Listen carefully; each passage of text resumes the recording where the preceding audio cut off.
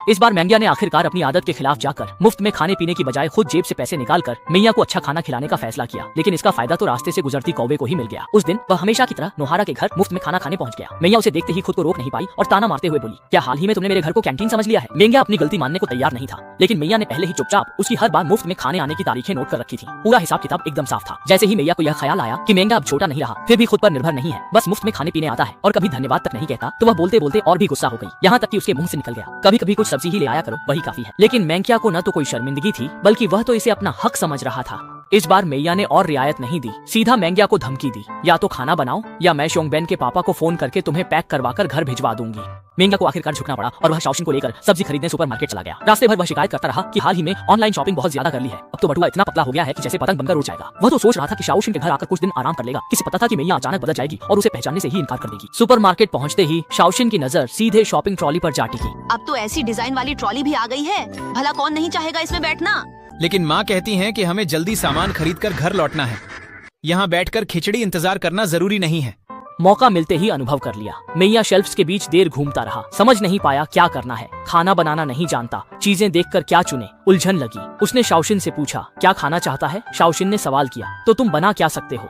मैया चौंक गया, उसके पास कोई जवाब नहीं था। इसी समय एक उत्साही अंकल ने स्टॉल पर बीफ स्टू मसाला पैकेट सुझाया, जिसमें बस गोमांस और सब्जियां डालनी होती हैं। बनाना आसान है और स्वाद भी अच्छा है।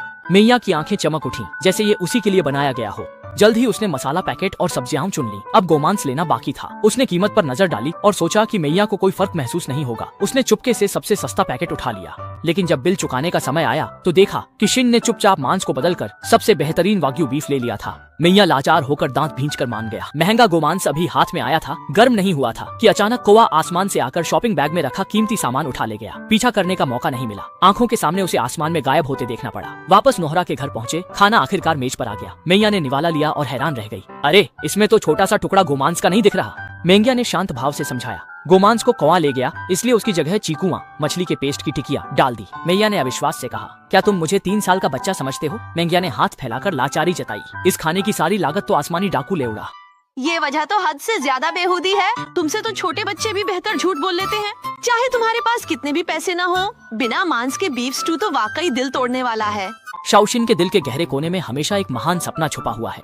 वह दृढ़ता से मानता है कि दूर विशाल ब्रह्मांड के किसी कोने में जरूर कुछ सुंदर, कोमल और आकर्षक बड़ी दीदियां रहती हैं। शाओशिन ने मन ही मन कसम खाई कि बड़ा होकर वह सच्चा अंतरिक्ष यात्री बनेगा। मैया ने उसकी बातें सुनकर भले ही जानती थी कि यह लड़का शायद ही इन्हें सच करेगा, फिर भी उसने उसे सपनों का पीछा करने के लिए प्रोत्साहित किया। शाओशिन यह सुनते ही तुरंत जोश से भर गया।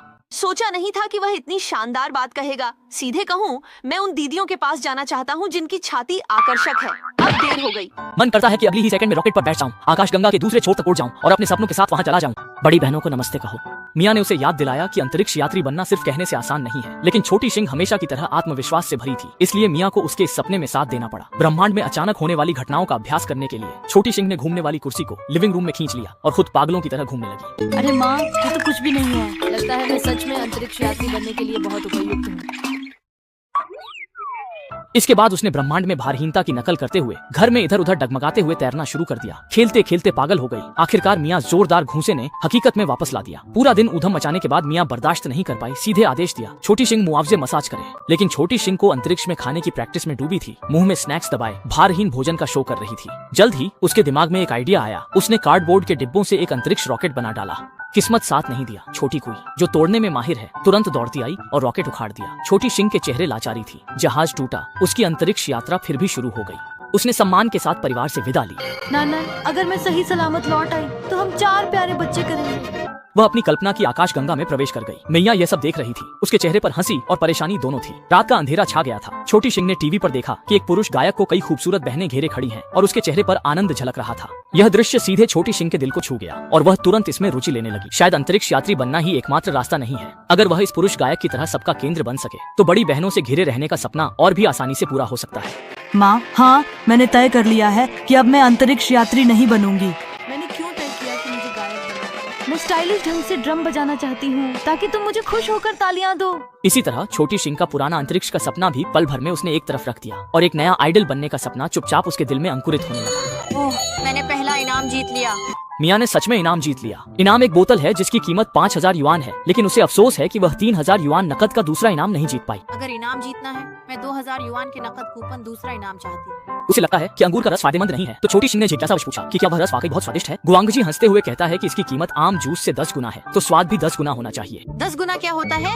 मिया ने जल्दी से हिसाब लगाया कि इस बोतल जूस के बदले 25 डोंगान सुपरमैन के खिलौने आ सकते हैं। छोटी सिंह हैरान रह गई। गुआंगजी खुद को रोक नहीं पाया और एक घूंट रखना चाहा, लेकिन मिया ने मना कर दिया। उसने कहा कि इस जूस को ठंडा करने के बाद कड़ी मेहनत की संतुष्टि के साथ इसका असली प्रीमियम स्वाद महसूस होगा। इसलिए उसने अंगूर का जूस बर्फ पानी कटोरे में ठंडा होने रख दिया और सबको मौका देखकर कुछ घर का काम करने कहा। अरे ये सब कैसे हो गया? छोटी सिंह ने तो बस 2 तिनके ही उठाए थे और रोते रोते बड़बड़ाने लगी। गुआंगजी अपने मन में ठंडे जूस का पहला घूंट लेने की खुशी की कल्पना कर रहा था। पापा के बहकावे में आकर छोटी सिंह ने डटे रहने का फैसला किया, लेकिन जब गुआंगजी ने पीछे मुड़कर देखा तो छोटी सिंह कहीं नहीं दिखी। बच्चा पहले ही चुपके से घर में घुस गया था और चुपचाप रहस्यमय जूस की बोतल ढूंढ रहा था। छोटी अकाई ने देख लिया पर शिकायत नहीं की। फ्रिज में ढूंढने के बाद कुछ नहीं मिला। छोटी सिंह ने सिंक के पास बर्फ में रखा अंगूर का जूस ढूंढ ही लिया। गुआंगजी गड़बड़ लगी, तुरंत रसोई भागा। माँ, इसे खोलने के लिए क्या करना होगा? ओह, आखिर क्या खोलना है? छोटी सिंह कांप रही थी, मासूम बनने का नाटक कर रही थी। गलती से बता दिया। ओह ओह ओह, नहीं।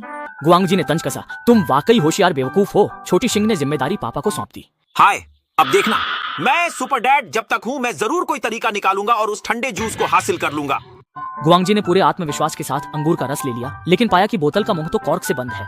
तभी खुल नहीं रही थी। उसे याद आया, घर में बोतल खोलने वाला वह अलमारी में ढूंढने लगा। इसी दौरान गुआंगजी ने अलमारी जोर से खोली, जिससे किचन के सामान गिरते गिरते बचे। दीवार की अलमारी से निकले मेरे कौशल को कम मत समझना।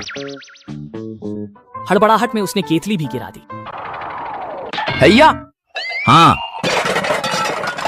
आखिरकार गुआंगजी को मियाई ने रंगे हाथों पकड़ लिया और वह लाचार सा दिखा। हालांकि शिनचैन थोड़ा निराश था, लेकिन फिर भी उसने पूछना नहीं छोड़ा कि अब आगे क्या होगा। गुआंगजी ने गंभीरता से कहा कि अगर पूरा परिवार मिलकर घास उखाड़ ले तो वे गर्व से इस बेहतरीन अंगूर के रस का आनंद ले सकते हैं। इसलिए सबको सिर झुकाकर मेहनत करनी पड़ी। काम खत्म हुआ तो जीत का फल मिला। शिनचैन ने जैसे ही पहला घूंट पिया, उसकी सारी इंद्रियां जाग उठी, आवाज ही बदल गई और चेहरा हैरानी से भर गया। ये जूस तो कमाल का है। क्या स्क्रीन के सामने बैठे आप भी इसे चखने की इच्छा रोक नहीं पा रहे हैं? ये दिन शिनचैन और टांगजी की पहली मुलाकात थी। शिनचैन ने सोचा था कि वह कोई सीधा साधा पढ़ाकू होगा, लेकिन हैरानी की बात यह थी कि वह तो एक शांत स्वभाव वाली बेहद खूबसूरत लड़की निकली। तुमने उसे बिना चश्मा लगाए हुए कभी देखा है ना? अरे देखो, तुम लाल हो गए हो। शिनचैन को यही टाइप सबसे ज्यादा पसंद। सप्ताहांत की सुबह मियो को अकिता से आई एक चिट्ठी मिली, जिसमें उनसे एक छात्रा की देखभाल करने का अनुरोध किया गया था, जो प्रवेश परीक्षा की तैयारी कर रही है। चिट्ठी पढ़ते ही एक लड़की पहले ही उसके पीछे खड़ी थी। तुम ही वो परीक्षार्थी हो, है ना? बिल्कुल सही। मेरा नाम है साकुरा चेनलू। आगे भी कृपया मेरा मार्गदर्शन करें। रात को मियो ने यह बात हिरोशी को बताई। जैसे ही उसने सुना कि वह उनकी दोबारा परीक्षा देने वाली भतीजी चेनलू है, हिरोशी तुरंत परेशान हो गया। आखिरकार परीक्षार्थी की देखभाल करना आसान काम नहीं है, ताकि उसकी परीक्षा पर असर न पड़े। उनके परिवार ने तय किया कि वे अपशकुन वाली बात नहीं करेंगे, क्योंकि महत्वपूर्ण परीक्षा बस आने वाली है। बातें अशुभ हैं। रात के खाने के समय मियो ने खास तौर पर चेनलू के लिए तरह तरह के स्वादिष्ट व्यंजन तैयार किए, लेकिन गलती से उसने वर्जित शब्द गिरना का जिक्र कर दिया। देखो, यह नीचे गिर गया। माहौल अचानक ही तनावपूर्ण हो गया। माँ, आपने अभी कहा कि नीचे गिर गया। हिरोशी ने तुरंत ध्यान भटकाने के लिए टीवी चालू कर दिया, लेकिन हर चैनल पर परीक्षा में असफलता से जुड़ी बातें ही चल रही थीं। ओह, उसने कहा मुझे फांसी पर लटका दिया गया हो। तुम हमेशा टीवी की तरफ इशारा करके यूं ही कुछ मत बोलो। सच में मुसीबतें तो एक के बाद एक आती जा रही हैं। अगले दिन घर से निकलने से पहले मियो ने शिनचैन को समझाया कि वह ऊपर पढ़ाई कर रही चेनलू को बिल्कुल भी परेशान न करे। दूसरी ओर चेनलू परीक्षा को लेकर घबराई हुई थी कि उसके पेट में दर्द होने लगा और वह ध्यान केंद्रित नहीं कर पा रही थी। लेकिन इसी समय शिनचैन ऊपर दूसरी मंजिल पर चला गया और गलियारे में बॉल से खेलने लगा। आवाज सुनकर चेनलू ने झांक कर देखा तो शिनचैन ने तुरंत उससे कहा कि वह बॉल वापस फेंक दे। परीक्षा नजदीक होने के कारण चेनलू ने अपनी नाराजगी दबाई और कमरे में लौट गई, लेकिन शिनचैन उसे बार बार बॉल उठाने के लिए बुलाता रहा। कई बार सहने के बाद चेनलू फट पड़ी और बॉल को जोर से वापस फेंक दिया, पर गलती से वह खुद पर ही लग गई। शिनचैन ने देखा कि टांगजी घायल है तो वह दौड़ा, लेकिन चेनलू ने उसे पकड़ लिया। तुम मुझे इस री एग्जाम देने वाली छात्रा को कम मत समझना। अरे बहुत गुदगुदी हो रही है, बहुत गुदगुदी हो रही है। गुस्से से भरी चेनलू उसे दौड़ाते हुए सीधे लिविंग रूम तक ले गई। मिसेज मियाई जब घर लौटी तो सामने का दृश्य देखकर दंग रह गई। परीक्षा की तैयारी कर रही छात्रा को शिनचैन ने इतना थका दिया था कि वह पूरी तरह चूर हो गई थी। कुछ दिनों बाद अकिता से चिट्ठी आई। चेनलू विश्वविद्यालय में दाखिला ले पाई और उसने अपने पत्र में शिनचैन का धन्यवाद किया। पिछले साल वह परीक्षा में असफल थी क्योंकि वह घबरा गई थी, जिससे पेट में दर्द हो गया था। शिनचैन के साथ बिताए इस मस्ती भरे अनुभव ने उसे दबाव से उबरने में मदद की। अंदर एक फोटो भी है। अरे ये कौन है? तुमने उसे बिना चश्मे के कभी नहीं देखा है ना? अरे देखो, तुम्हारा चेहरा लाल हो गया है।